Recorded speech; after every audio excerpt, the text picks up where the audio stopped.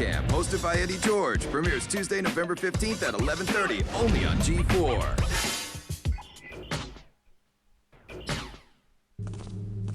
Did you hear someone? He's passionate. That love of games shines through. And loves to take chances. And it took me about a week to figure out I knew nothing.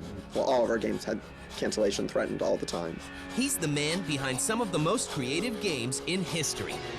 The SX is a really cool idea, but I don't know if they're going to be able to pull it off. Everybody in that project, I think, knew that this was something new and different. The world of gaming wasn't going to be the same ever again. And through it all, remained true to himself. I knew I could survive. Watch out. And that courage that he has to always work on the games is the reason that he's revered as a game god. This is the story of Warren Spector. Someone's on our tail for sure.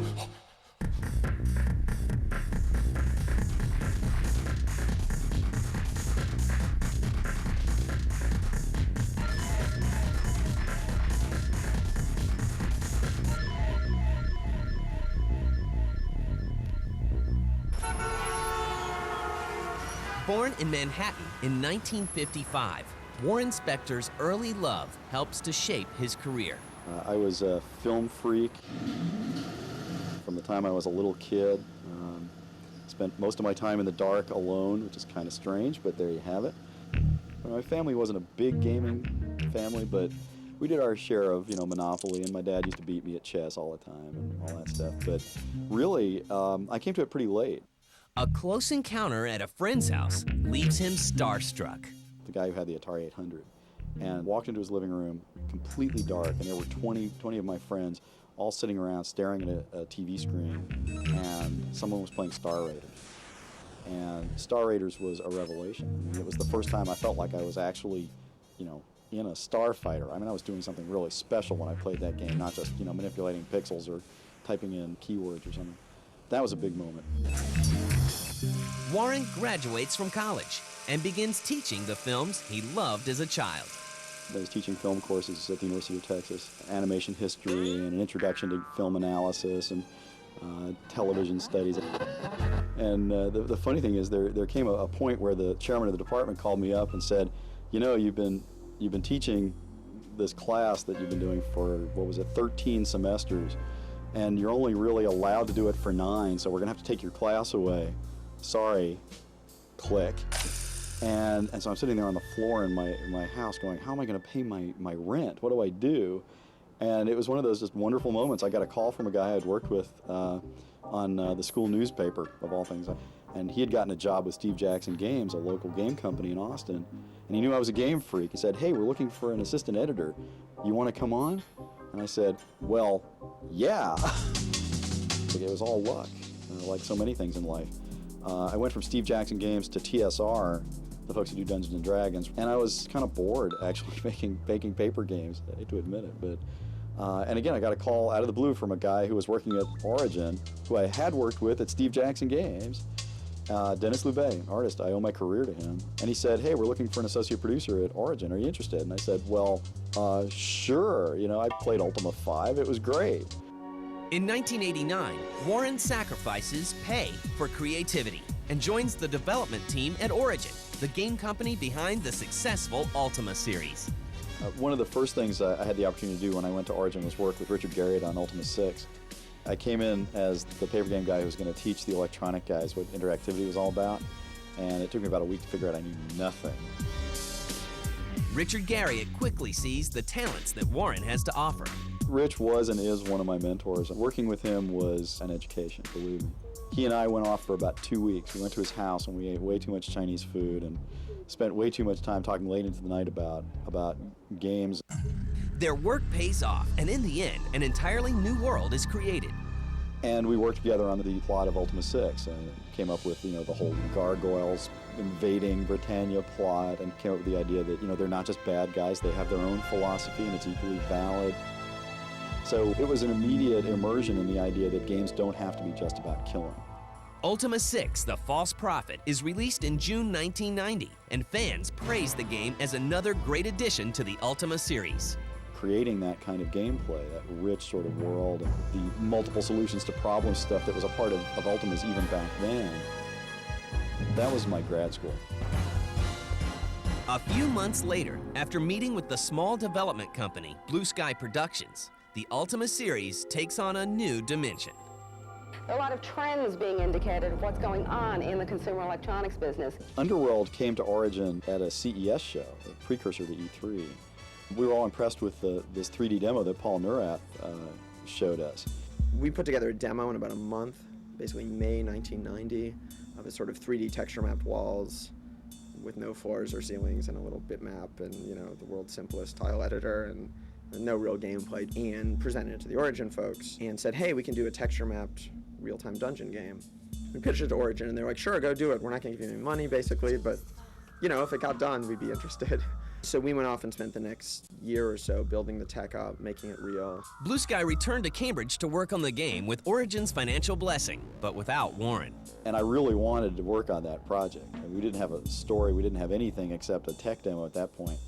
But it got assigned to another producer at Origin. I was really upset about that. But months later, when the producer leaves the company, Warren recognizes the opportunity. I went to my boss, Al Snell, and said, give me this. This is going to change the world. I have to work on this. I don't know why, but he said, sure, it's yours. And so I started working with the guys at Blue Sky. And Warren showed up about halfway through and really helped. We were already in the process of thinking, okay, this actually has to ship someday, and maybe we should think about how you finish one of these things. Not that any of us other than Paul had really done that. So Warren did a lot of helping us sort of focus. That team in that time were real special. It was all these like over-intellectual kids, you know, and I was, you know, among the worst. And we were just so angst-ridden, and, you know, we were up all night and working on our technology, and we had our philosophy of games, and it wasn't working out, and, you know, and Warren would be like, hey, guys, it's awesome, look, you know, hey, the game looks so great, you know, let's go. And it was totally inspirational. The team was just like chaos, you know, lightning in a bottle, sort of. They worked all the time, they kept these crazy hours, and they fought like cats and dogs, but they were all pretty much aligned in wanting to make a great game. The production team, headed by Warren, finishes Ultima Underworld in 1992. And things for Warren seem to be going well. But a pair of heavy initials are about to move in and mix things up. Everybody in that project, I think, knew that this was something new and different, and the world of gaming wasn't going to be the same ever again.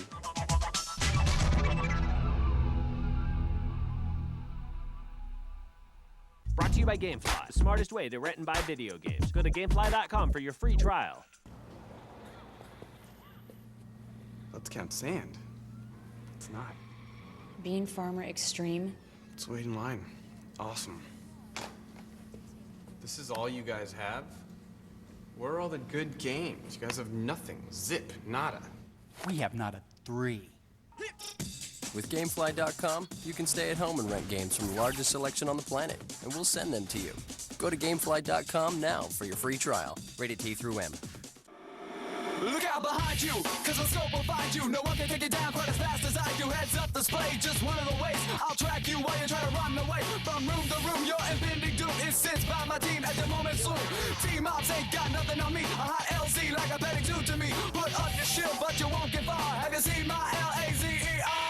Laser tag, arena action, your backyard. Hone my skills every single day. Laser tag takes you all the way. Each sold separately, batteries not included, major pumping required. There comes a point in your life when you realize you're not a kid anymore. Suddenly, you have to make decisions. You have to make choices every day. This is the time when you define yourself, or you let others define you. You quickly learn that there are 2 ways to go: under the influence or above the influence. I am above the influence. There's a new way to heat things up. New Dentine Fire Mints.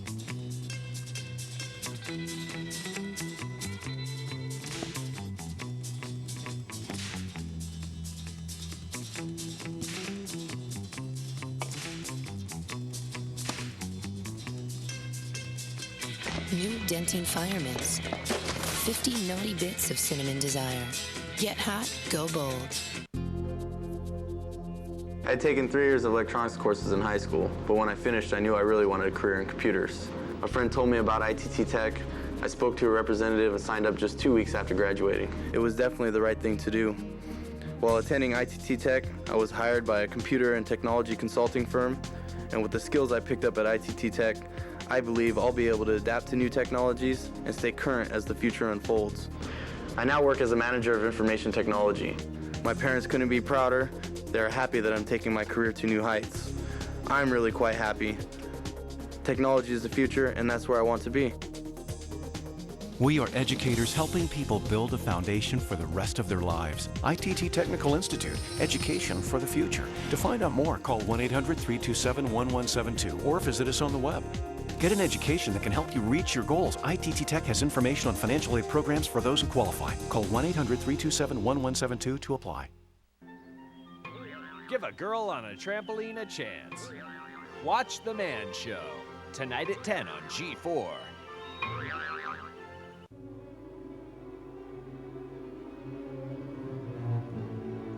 Ultima Underworld, The Stygian Abyss, ships to stores in 1992. Warren Spector has begun preparing his space among video game greats. Ultima Underworld's unique gameplay and innovative visual style earns praise from both critics The magazines loved it. It got great reviews. and players. When I first saw the Underworld games, I was actually a software tester in Cambridge, and everybody was gathered around somebody's cube over in customer service. So I went over there and, what's going on? What's going on? That was one of those moments, like the first time you see a 3D game, you know, the first time people saw Mario 64, or the first time you saw good-looking sprites on a 16-bit. Like when you saw that, it was like, there's like a whole world in there. So it was pretty amazing. It felt like a real world, and you know, you could get a stick and some string and go fishing and make popcorn by throwing corn on the fire. Like it was really cool. But for the rest of us, it really set that agenda of, wow, this is really powerful. You know, we can do this thing you can't do in a book, you can't do in a movie, and this is really empowering. Ultima Underworld sells 500,000 units. Its success leads to a sequel, Ultima Underworld 2: Labyrinth of Worlds. But after 2 trips into the dungeon, Warren starts looking for a little shock to his system. After Underworld 2 wrapped up, I was sitting around with Doug, and we were just saying, man, we are so tired of doing fantasy games. Well, gee, should we set it in the space station? Should we have it on the moon? I mean, who knows where it was going to be? So I think Warren felt a little more, I mean, all of us felt a little more ability to kind of do what we wanted to do and not think like, well, how would with an Ultima make this? It was more like, oh, so how's our crazy space station work anyway? System Shock, an open-ended role-playing game, is a chance for Warren to integrate many of his ideas into one game. System Shock actually introduced a lot of things that seemed pretty innovative. It was one of the first games that I know of that was a role-playing game in it, a real role-playing sense. System Shock definitely felt like a revolutionary game. Once you get into games like that, highly interactive games with a high degree of object density in the world, things that you can play with or interact with, things that respond to your presence, other games just don't cut it after that. In March 1994, Blue Sky Productions becomes Looking Glass Technologies and releases System Shock with Origin as the publisher. But gamers aren't so open-minded about the open-ended gameplay. Wow, this game is slow. The controls are too complicated. I don't get it. Is this a role-playing game or a shooter? Hey, why didn't you guys just do Doom? It sold way better. Or why didn't you do a story adventure game? You know, that's what I thought you were doing.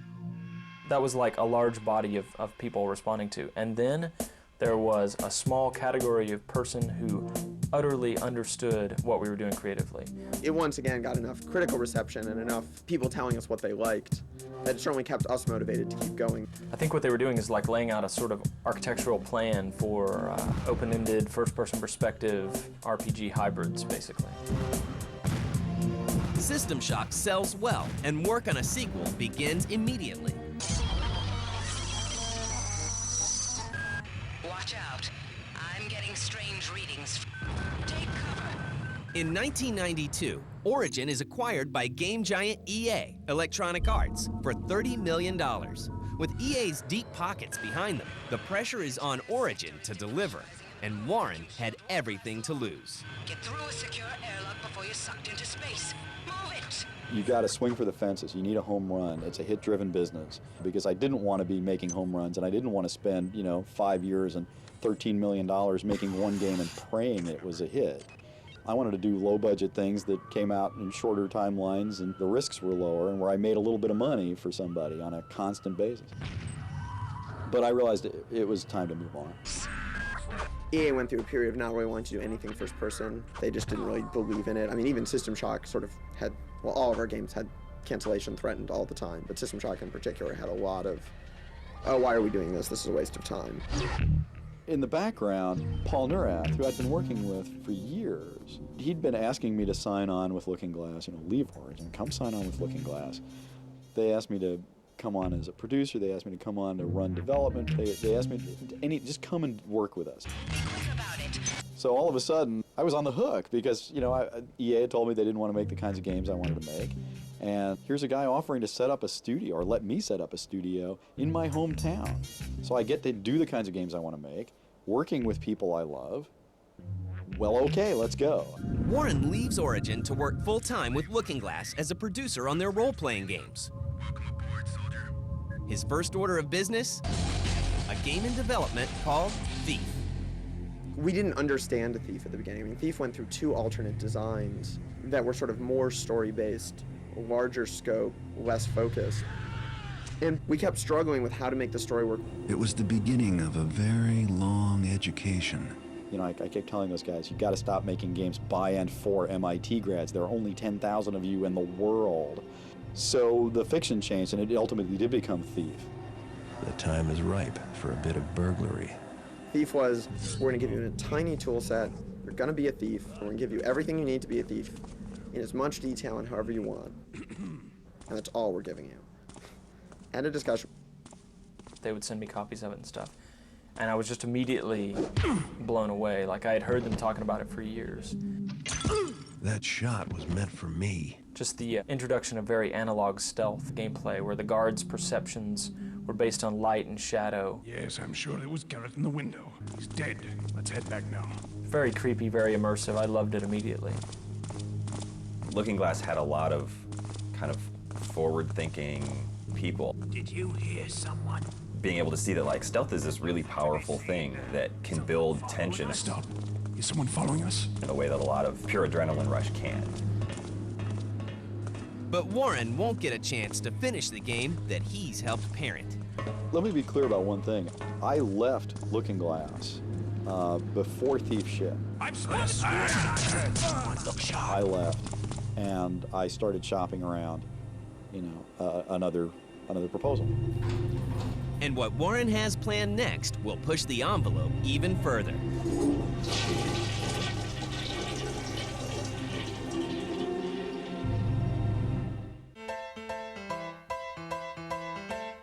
I never thought I'd miss you half as much as I do.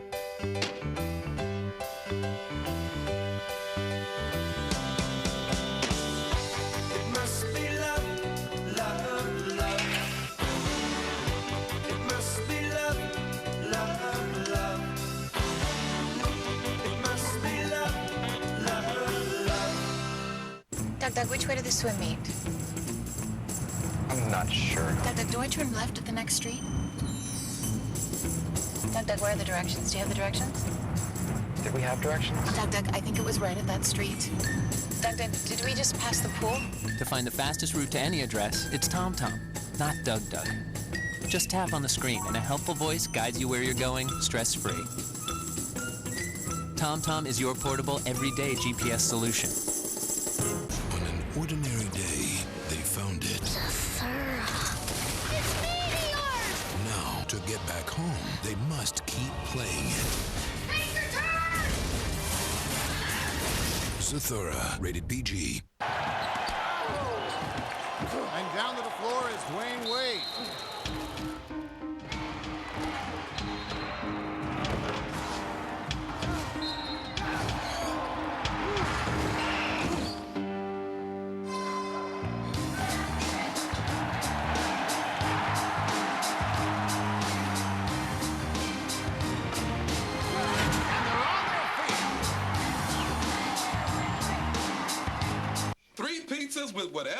want. If I want olive, I can order olive. If I want mushroom, I can order mushroom. If I want pineapple, Buy 3 medium one-topping pizzas for just $5 each. And for $3 more, make one a new steak fanatic pizza. It's the 5-5-5 deal. What are you setting your sights on? And when you see it, will you be ready? Just pick up the phone, dial 1-800-645-ARMY, and you'll get this free DVD. You'll learn about the hundreds of opportunities the Army can offer you. Skills, education, healthcare. Call 1-800-645-ARMY, and you'll also get this free boonie hat. Whatever you're looking for, the Army can help you find it. Hey, I'll get this. Besides, I get airline miles. With your business card. Huh. What is your credit card doing for your small business? You earn miles on everything you buy? Yeah, from supplies to travel expenses. The Citi Platinum Select Advantage Business Card. Call now and you could get 1 mile for every dollar you spend. Plus now, with 15,000 bonus miles, you could be more than halfway to an award ticket. I use my miles for car rentals, hotels, on over 25 top airlines, even a well-earned vacation. Plus, get benefits like account summaries, business discounts, online fraud protection, and more. Call to request the Citi Advantage Business Card. And now, get 15,000 bonus miles. And soon, your miles could take you almost anywhere. Oh, Paris is great. And flying free? Makes it even better. Smart business decision. The Citi Advantage Business Card. Call now to request your card and get 15,000 bonus miles. I'm Eddie George. This season, instead of working out with trainers, I worked out with gamers. Come on, give it. You got nothing. In exchange for tips on the video game, we put them in the real game. Training Camp, the only show where gamers and athletes collide. Right, guys? Training Camp, hosted by Eddie George, premieres Tuesday, November 15th at 11:30, only on G4.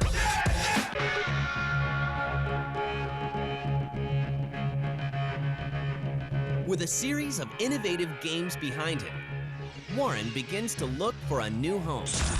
John O'Mara called me and said, don't sign that. I mean, I told him it's too late. It's too late. He said, I'm going to let you do the game of your dreams. Let me drive down to Austin from Dallas tomorrow and let me try to talk you into joining Ion Storm. And he drove down the next day, and damn if he didn't convince me. I mean, he said, bigger budget, bigger marketing, game of your dreams. I mean, who's going to turn that down? In the fall of 1997, Warren moves to Ion Storm, where his first order of business is to surround himself with the talent he needs. Sometimes I deserve more credit than I get, sometimes I deserve less credit than I get, but the one thing that is absolutely true is that no one person makes a game. This is the most intensely collaborative medium I can imagine. We're making the kind of games that hardcore players really want to play, and that is a powerful draw. A lot of people come to Ion just for that reason. And when you find talented people and they buy into the design philosophy that you buy into and they understand the kinds of games you make, you don't let them go. You keep them around, you learn from them. People are, encouraged to say, I don't understand why we made this design decision. Can someone talk to me about it? A lot of that is, Warren's influence. While building a team, he starts planning what the game of his dreams will look like. I put together a 30-page pitch proposal for Deus Ex, flew to London for ECTS in '97, and presented it to the executives there, and they said, great, okay. And I put together a budget, and they said, great, okay. And I didn't hear from them again for years. It was an unbelievable opportunity. With the full support of IDOS, Ion Storm's parent company, work begins. Ion Storm Austin started off with a bang, working on Deus Ex. No one at the time really knew what kind of game we were making. The team basically sort of diverged into 3 factions. One group was more or less convinced that we were making a shooter, like a Daikatana. Another percentage of the team thought we were making a really true dogmatic RPG, like an Ultima or something. And then about a third of us knew that what we were doing was something sort of like Underworld or System Shock. And there was a lot of conflict about that.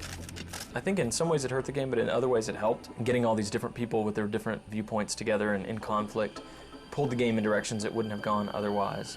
By June 2000, Deus Ex, Warren's dream project, is ready to be shipped to stores, and Warren holds his breath. Deus Ex was really cool because it was one of those games that when you heard about it beforehand, you're like, this is a really cool idea, but I don't know if they're going to be able to pull it off. Someone high up wants to see how you handle the situation. You know, the day we shipped, I was just like, I have no idea how this is going to go. I have no idea if people are going to love it or hate it. If people compared our combat model to Half-Life, we were doomed. If they compared our stealth model to Thief, we were doomed. If they compared our role-playing to a Baldur's Gate, we were doomed. But if they figured out that they could do anything they wanted, if they realized they had that freedom, and it wasn't just a damn shooter, we were going to rule the world, or at least change it a little bit. And players got it. Just the notion of being able to go through the game in different ways, and whether you want to kind of use violence or stealth and that kind of stuff, and just the whole plot. And it was like, this is a neat idea, but like, I've heard neat ideas before that just totally fail. And then when you actually played Deus Ex, it was like, oh, it worked. He did it. And that was awesome. Deus Ex wins countless Game of the Year awards for its hybrid gameplay, something gamers had never seen before. Gamers are also being discerning, wanting multiple options to what they do in their games. So that means bringing in what might have been old school adventure elements, but tying that in with current both action sequences or special effects or role-playing elements. Just spotted a sniper in the tower. Even now, I don't even know what to make of it. Everybody puts it in their top 10 games of all time. I don't even know what to say. But its incredible success is almost overshadowed by the storm brewing in Ion Storm's Dallas offices. Ion Storm was a mixed bag. It's really seductive. The inmates running the asylum seems like a great thing. In the end, it didn't quite work out so well. Oh, sorry, my mistake. I mean, the whole idea behind Ion Storm was let creative people do creative things, get out of their way. And up to a point, that's great. And I'm enough of a business guy or a management guy that I could pull it off. I think they had a little more trouble in Dallas. That's pretty much all there is to say. On July 21st, 2001, John Romero resigns and Ion Storm Dallas closes its doors. Undaunted, Warren keeps Ion Storm Austin open and helps refocus on a sequel to the Deus Ex game in late 2003. Warren also begins to think about using his experiences to do some good in the game community. I got involved with the IGDA about 3 or 4 years ago. And the idea of an international association, a community of game developers, working professionals and students who hope to become working professionals or analysts. I just think that's vitally important. Glad to know you. What can you tell me about what's going on out there? There's too little talking in this business. Warren's innovative game designs and the talented teams he worked so hard to cultivate continue to influence the industry. Warren's biggest ability is to say, yes, that's good, but now how can we make it better? Just be patient and remember your training. Let's get creative. Let's think about these things. So him being a very creative person just influences everyone around him to take it to the next level. Good work. He's spoken so much about where games should go in the future. Deus Ex has won over such a more mainstream group of people that it's been really cool to watch Warren get his due for leading games. I really want to see what the good game developers out there can actually create as far as immersive experiences go. I really don't think that it's been tapped that often yet, but games like Deus Ex, they're telling tales and creating experiences that you can remember. Oh. He's revered as a game god, and it's not an easy thing to have. It is not an easy thing to have. When I look back at 20 years in game development, I'm stunned that I've survived that long. The thing I'm proudest of is the opportunity to work with so many great people and to actually help people achieve their goals is pretty special. And doing that in a field I just absolutely love. I mean, I make games for a living. You know, I mean, what could possibly be cooler than that? I've dropped you at the main gate. Talk to Dowd. Yes, I'm here to meet with Dowd. Mr. Dowd awaits you in the family mausoleum.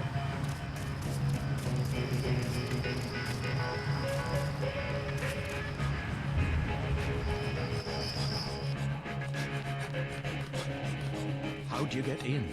The plague virus. How else? Excellent, my friend.